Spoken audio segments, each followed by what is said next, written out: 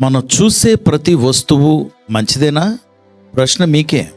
మనం ఎన్నో చూస్తుంటాం, ఎన్నో తింటుంటాం, ఎన్నో అనుభవిస్తుంటాం, ఎన్నో ధరించుకుంటుంటాం, ఆభరణాలు పెట్టుకుంటుంటాం. ఇదంతా మంచిదేనా? దేవుడు తయారు చేసింది మంచిదేనా? అలాగైతే చెడ్డవు కూడా ఎందుకు చేశారు? దేవుడు చెడ్డవు చేశారా?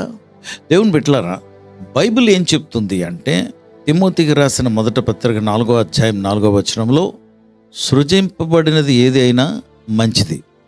దేవుడు సృజించిన ప్రతి వస్తువు మంచిది. If God has created something, it is good, because he is a creator and whatever he has created is good. ఉదాహరణకి చూడండి, ఆదికాండంలో 1వ అధ్యాయంలో ఆయన ఏం చేసినా 6 రోజులు, ఇన్ఫ్యాక్ట్ 5 రోజులు ఇది బాగుంది, ఇట్ ఈస్ గుడ్ అంటూ అన్నారు. 6వ రోజు మానవుణ్ణి తయారు చేసిన తర్వాత ఇట్ ఈస్ వెరీ గుడ్ అన్నారు. కాబట్టి దేవుడు సృజించినది ఏదైనా, సూర్యుడు, చంద్రుడు, నక్షత్రములు, కొన్ని కోట్ల డిగ్రీలు హీట్ అండి. సూర్యుడు కోట్ల డిగ్రీలు. ఆ సూర్యుని కాంతిని గురించి మాట్లాడితే అద్భుతం అండి, అద్భుతం. సూర్యుడి కాంతి ఎలాగ ఉత్పత్తి అవుతుందో తెలుసా అండి? కొన్ని కోట్ల న్యూక్లియర్ బాంబులు పేలుతున్న విధానం అన్నమాట అది. న్యూక్లియర్ ఎక్స్ప్లోషన్స్ ఎవరు తయారు చేస్తున్నారు? కంట్రోల్డ్ ఎక్స్ప్లోషన్గా దేవుడు. సో దేవుడు సృజించినదంతయు మంచిది. నువ్వు సృజించింది కాదు, దేవుడు సృజించింది. కొలస్సీలకు రాసిన పత్రిక 1వ అధ్యాయం 16వ వచనంలో, దేవుడు సృజించిన దృశ్యమైనవి కానీ అదృశ్యమైనవి కానీ, అవి సింహాసనములైనను ప్రధానులైనను అన్నిటినీ ఆయన సృజించెను. ఇంగ్లీష్ బైబిల్లో he made everything by him, through him and for him.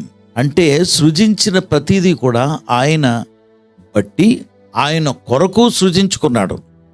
కాబట్టి సృజింపబడిన ప్రతి వస్తువు కూడా, దేవుడు సృజించిన ప్రతి వస్తువు కూడా మంచిగా తయారు చేశారు కనుక అవి భోజనం చేయటం కానీ, వాటిని అనుభవించటం కానీ, దేవుడు తయారు చేశారు అనే కృతజ్ఞతతో అవి యాక్సెప్ట్ చేసి, కృతజ్ఞతతో గుర్తించి, కృతజ్ఞతతో ఆయన మహింపరుస్తూ వాటిని అనుభవించాలి. అంతేగాని ఏంటి ఈ ఎండ ఎక్కువైపోయింది, ఏంటి వర్షం ఎందుకు ఎంత ఎక్కువ, మనకు వర్షం రాకుండా ఉంటే బాగుండు. మీరు మీ కామెంట్స్, నువ్వు ఎక్కడికో వెళ్ళాలి కనుక వర్షం ఆటంకం వచ్చిందని, ప్రభా ఏంటో ఈ వర్షం ప్రభా. ఎవరు సృజించారు? దేవుడు. ఈ ఎండను పెట్టింది ఎవరు? దేవుడు. కనుక దేవుని బిడ్డలారా, మిమ్మల్ని తృప్తిపరచడానికి, మీ అవసరతలను తీర్చడానికి, మీ భోజనం పండాలని, అంటే గోధుమలు లేకపోతే బియ్యం, ధాన్యం పండాలని ఈ భూమిని తయారు చేసి, శాపగ్రస్తమైనటువంటి ఈ నేలని మరలా నీవు ప్రార్థన చేస్తే నీ భూమిని ఏం చేస్తున్నారంటే ఆయన మంచిగా పండేటట్టు ఆయన ఆశీర్వదిస్తున్నారు. నాకు తెలిసిన ఒక ఆయన, బాబు ఈ సంవత్సరం పంట అసలు ఏం పండలేదండి అన్నయ్య గారు, అసలు ఈ వ్యాపారం బాగోలేదండి అన్నయ్య గారు, ఈ ఉద్యోగం అంతా వేస్ట్ అండి అన్నయ్య గారు, నా భార్య వేస్ట్ అండి, నా పిల్లలు వేస్ట్ అండి, అసలు నువ్వే వేస్ట్ గడివేమో. ఎందుకంటే దేవుని రూపంలో తయారు చేయబడిన నీవు, నీ నోటమ్మట కృతజ్ఞతతో కూడిన మాటలు వస్తున్నాయా? కృతజ్ఞతతో దేవుడు సృజించారని నువ్వు యాక్సెప్ట్ చేస్తున్నావా? అవి స్వీకరిస్తున్నావా? నీ నోటితో పలుకుతున్నావా? దేవుడికి కృతజ్ఞతలు చెల్లించాలి. Because what he has created is good, మంచిది, నువ్వు అనుభవించాలని నీ కొరకు తయారు చేశారు. చుట్టుప్రక్కల చూడండి, ఈ వాతావరణం దేవుడు నీ కొరకు తయారు చేశారు. ఆయనకి కృతజ్ఞతలు చెల్లిద్దాం, ఆయన మహింపరుద్దాం. నీ యాటిట్యూడ్ మారాలి ఈ రోజు నుండి. పరిశుద్ధుడా ప్రభా, మీకు వందనాలు, స్తోత్రాలు. మీరు సృజించిన ప్రతీదీ కూడా అది మంచిగా ఉంది ప్రభా. Thank you. నా రక్షణ మంచిగా ఉంది.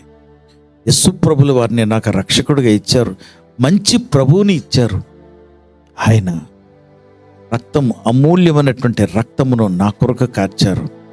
నా స్థితి మార్చారు, నా ఆలోచనలు మార్చారు, నా తలంపులను మార్చారు, నా స్వభావం మార్చారు.